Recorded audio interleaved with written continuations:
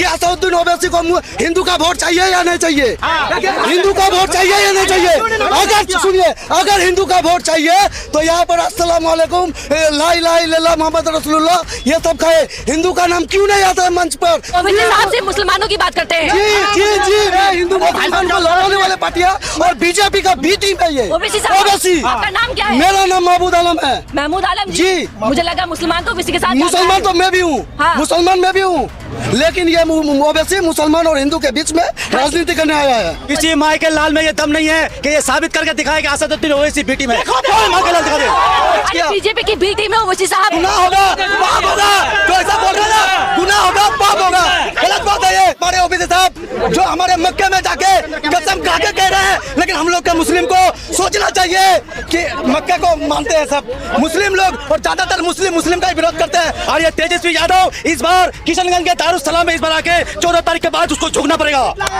नबी fail कुछ भी बोल सकता है। हाँ। इस बात का बुरा नहीं मानना चाहिए। अच्छा। क्योंकि नबी फेल कुछ भी बोल सकता है। नबी फेल। जी जी। अगर नबी फेल है तो ओबीसी गया था उनके दरबार पर, क्यों? सुनो, ओवैसी साहब जो गया था नबी फेल के पास, उनको ट्यूशन देने के लिए गया था, लेकिन उन्होंने ट्यूशन ये चलने वाला नहीं, ओबीसी का कोई डंका चलने वाला नहीं है। इस बार तेजस्वी यादव महागठबंधन जिंदाबाद। बिल्कुल इस बार बनेगा, इंशाअल्लाह इस बार बनेगा। क्या बनेगा? मुख्यमंत्री बनेगा भाई। मुसलमान का? मुसलमान बन सकते हैं, हक लेकर रहेंगे, हम लेकर रहेंगे सीमांचल में ओबीसी का सीमांचल में पत्ता साफ है। नमस्कार, स्वागत है आपका मेरे चैनल पर। मैं आपके साथ निशा झा इस वक्त बिहार की आपको लगातार कवरेज दिखा रही हूँ। बिहार की सियासत में अपने चुनाव चरम पे है, चरम के साथ साथ राजनीतिक बयानबाजी भी तेज हो चुकी है। तेजस्वी यादव से जब पूछा गया कि ओवैसी साहब को आपने महागठबंधन में शामिल क्यों नहीं किया, तो तेजस्वी यादव ने कहा कि ओवैसी साहब कट्टरपंथी है, एक्सट्रीमिस्ट है, यानी कि दहशतगर्द वाला है, इसलिए हमने ओवैसी साहब को महागठबंधन में शामिल नहीं किया। इसी पे पलटवार करते हुए असदुद्दीन ओवैसी साहब ने कहा कि तेजस्वी यादव एक्सट्रीमिस्ट की स्पेलिंग बता दे तो मैं मान जाऊंगा। साथ ही साथ उन्होंने कहा एक दाढ़ी टोपी वाला उस तेजस्वी यादव को दहशतगर्द वाला लगता है, कट्टरपंथी लगता है, एक्सट्रीमिस्ट लगता है, क्योंकि मेरा दाढ़ी लंबा है, टोपी पहना हुआ है, इसलिए तेजस्वी यादव ओवैसी साहब को एक तरीके से कट्टरपंथी कह रहा है। इस तरीके से ये बयानबाजी भी तेज हो चुकी है। ओवैसी साहब ने तेजस्वी यादव को पाकिस्तान से जोड़ दिया है कि तेजस्वी यादव पाकिस्तान की भाषा बोल रहा है। पूरे प्रदेश में क्या हो रहा है? महागठबंधन की सरकार आ रहा है, महागठबंधन सरकार तेजस्वी यादव को। जी जी जी। और सुनिए एक बात, तेजस्वी यादव तो कह रहे उन्होंने तो मुस्लिम मुख्यमंत्री ऐलान नहीं किया, उससे काफी आहत है वो बात नहीं है। तेजस्वी यादव बोला है अगर सरकार आएगा तो फिर मुस्लिम को भी देगा, ऐसा बात नहीं है। और ओबीसी साहब जो बोल रहा है 18%, अगर 18% आप बोल रहे हैं तो हिंदू भी तो 82% है, तो ऐसा 18% चलने वाला नहीं है। इस बार महागठबंधन की सरकार होगा जी। क्या माहौल है? और नाम बताइए पहले अपना। मेरा नाम मोहम्मद वासिफ। तो मोहम्मद वासिफ जी, ये बताइए आप, ओवैसी साहब को तेजस्वी यादव ने कट्टरपंथी बोल दिया है, इसलिए ओवैसी साहब को तेजस्वी यादव ने महागठबंधन में शामिल नहीं करवाया। तो ओवैसी साहब ने कहा कि तेजस्वी यादव मुझे बोल रहा है, ओवैसी साहब को बोल रहा है कट्टरपंथी, दहशतगर्द वाला। तो ओवैसी साहब पहले अब एक्सट्रीमिस्ट की स्पेलिंग बता दे। एक्सट्रीमिस्ट मतलब वही दहशतगर्द, कट्टरपंथी, उसकी स्पेलिंग बता दे। और तेजस्वी यादव को पाकिस्तान से जोड़ दिया है। कैसे देख रहे हैं? नहीं, तमाम बयानबाजी। मैं क्या बोलता हूँ, कोई तो बोलता है, मैं तो कभी देखा नहीं हूँ सामने से जाके। किसको? आदमी तेजस्वी को कभी सामने से नहीं देखा हूँ। हाँ। आदमी बोलते कोई नबी फेल है। हाँ। नबी फेल कुछ भी बोल सकता है। हाँ। इस बात का बुरा नहीं मानना चाहिए। अच्छा। क्योंकि नबी फेल कुछ भी बोल सकता है। नबी फेल। जी जी। फेल अगर तेजस्वी यादव है तो ओबीसी गया था उनके दरबार पर, क्यों? अगर नबी फेल है तो ओबीसी साहब क्यों उसके दरबार पर गया था? ये झूठ बोल रही है। और इस बार सरकार होगी, सुनो, ओवैसी साहब जो गया था नबी फेल के पास, उनको ट्यूशन देने के लिए गया था, लेकिन उन्होंने ट्यूशन के लिए गया था, ओवैसी साहब पढ़ाने के लिए गया था उनको। महागठबंधन सरकार बन रही है और 65 बलरामपुर की जनता या महबूब आलम को जिताकर भेजेगी। यहाँ का सुनो, ये सबको नारा सुनो।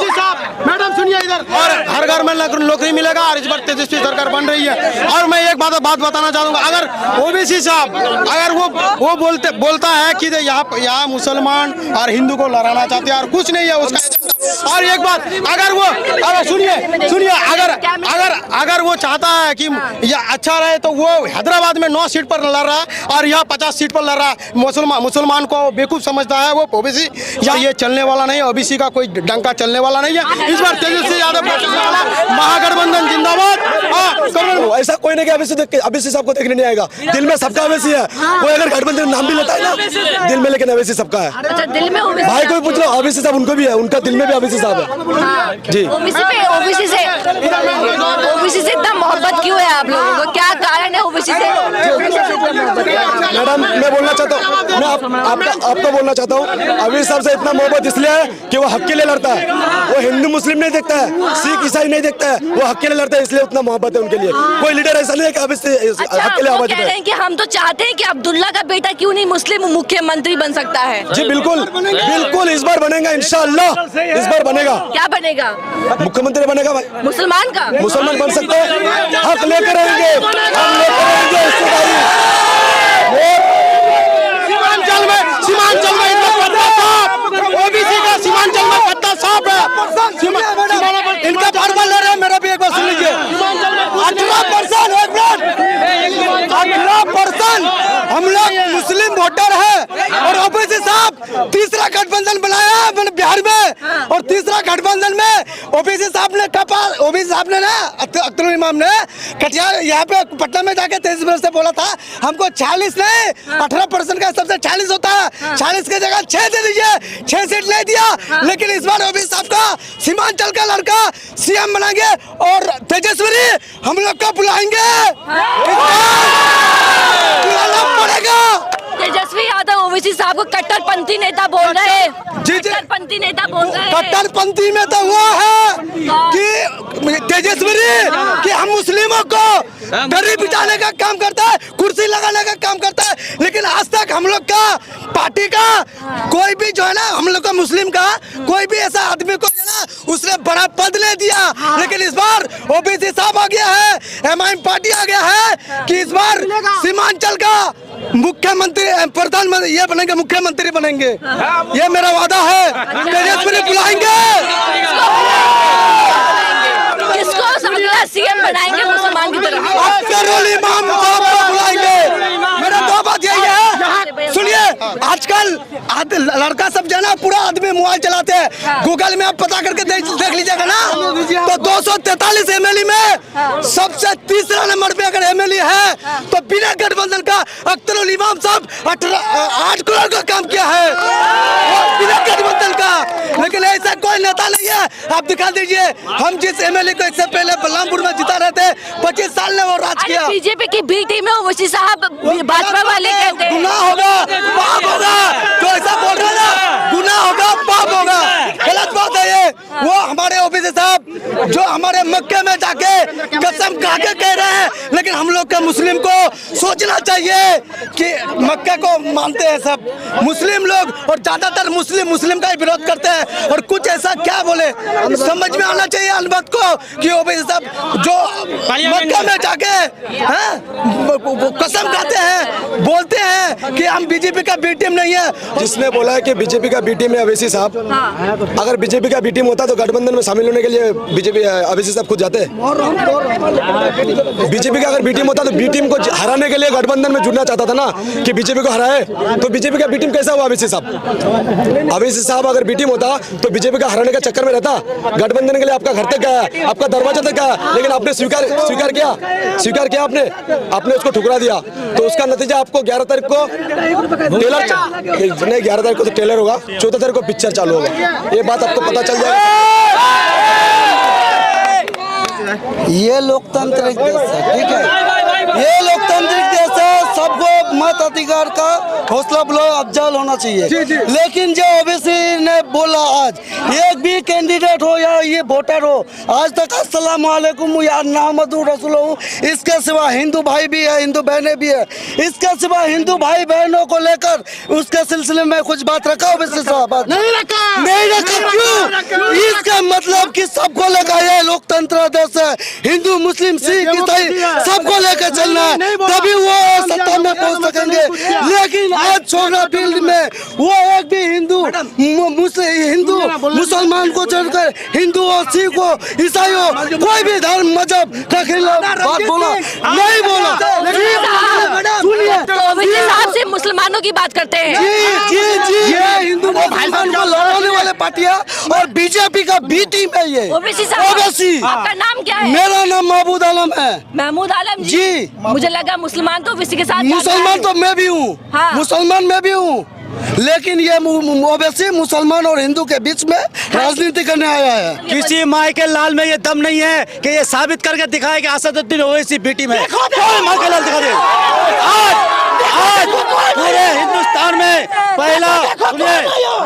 सुनिए पहला दारुस्सलाम हैदराबाद में है, दूसरा दारुस्सलाम सीमांचल के किशनगंज में बनने जा रहा है। और ये तेजस्वी यादव इस बार किशनगंज के दारुस्सलाम में इस बार आके 14 तारीख के बाद उसको झुकना पड़ेगा।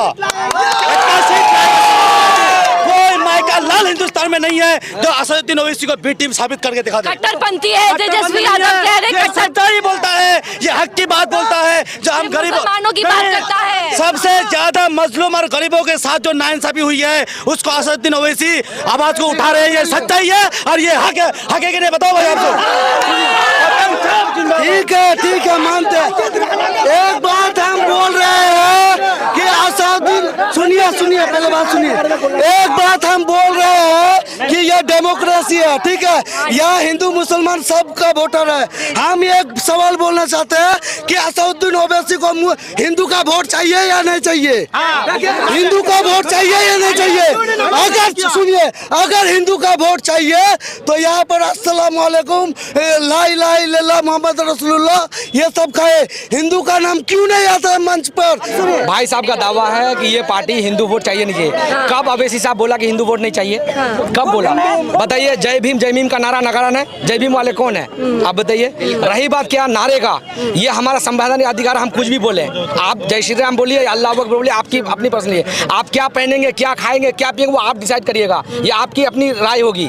कोई पार्टी या कोई आदमी आप पे ठोक नहीं सकता कि आप ये खाइए, ये मत खाइए, या पहनिए, या पहनिए, है कि नहीं? आज तक बोला गया है। सुनिए, भारत देश ऐसा स्वतंत्र देश है, ऐसी जबरदस्त कंट्री हमारी जो पूरे वर्ल्ड में जो है ना नंबर 1 पे आता है। इसलिए हम लोग बोलते हैं मेरा भारत महान। महान क्यों है बताइए? इस देश को आजाद कराने के लिए मुसलमानों का खून नहीं चढ़ा बताइए? अगर मुसलमान इस देश को आजाद कराने के लिए आगे नहीं बढ़ा होता तो बताइए आप, जैसे अंग्रेजों ने बताया था तो खान अब्दुल गफ्फार खान ने बोला था कि पठानों के डेड बॉडी को खोल के देखो, अगर एक भी गोली आप उसके पीठ में दिखा दोगे तो मुसलमान मैदान से हट जाएगा। हुआ था कि नहीं हुआ था? अब ये बताइए, चलिए अब ये बताइए, अब प्रेजेंट की बात करते हैं, क्या माहौल नजर आया पूरे बिहार में, क्या हो रहा है ये बताइए। हाँ देखिए, सबसे बड़ी बात है किसकी सरकार बन रही है? सरकार बनाने की जिम्मेदारी हम लोग का नहीं है। पसंद कौन है? एक मिनट सुनिए, पसंद और नापसंद की बात नहीं है। सबसे बड़ी बात है सरकार किसकी बनेगी नहीं बनेगी वो तो फ्यूचर की बात है। लेकिन सबसे बड़ी बात है आज, हाँ बिल्कुल देखिए, आज अगर बात करेंगे ना तो हमारे यहाँ जो बहुत सारा चचड़ी का पुल है, आप गई थी अभी ना, आप अभी गई थी, आपका पता, आपका न्यूज हम लोगों ने देखा था, गई थी इसमें डमडोलिया बाजितपुर में चचड़ी का पुल में गए थे आप, याद है कि नहीं आपको? तो उस चचड़िया पुल का जिम्मेदार कौन है? भारत सरकार है? नहीं, उस पुल का जिम्मेदार भारत सरकार है बताइए? भारत सरकार तो नहीं है। सरकार कौन बनेगा नहीं बनेगा वो बात की बात है, लेकिन हम लोग को लोकल जगह पे अपना एमएलए देखना होगा कि हम अपना कैंडिडेट देखना होगा। कौन जीत रहा है? एमआईएम जीत रहा है, एमआईएम जीत रहा है, बिल्कुल जीत रहा है, एमआईएम जीत रहा है और सबसे ज्यादा वोटों से जीतेगा एमआईएम। हाँ बिल्कुल। महमूद आलम तो 20 सालों से जीते हुए आ रहे हैं। एक बात बताइए, आपके पास अभी कौन सा फोन है? कौन सा फोन है? सैमसंग गैलेक्सी अल्ट्रा 24 है। आप ये काम करिए, सैमसंग का आपका वो गुरु वाला फोन देते हैं, आप चलाइएगा। क्यों आप क्यों लिए? नहीं आप बताइए क्यों लिए? आपको बदलाव क्यों चाहिए? हाँ, वो 2G था, 3G, अब 5G चाहिए, 6G चाहिए।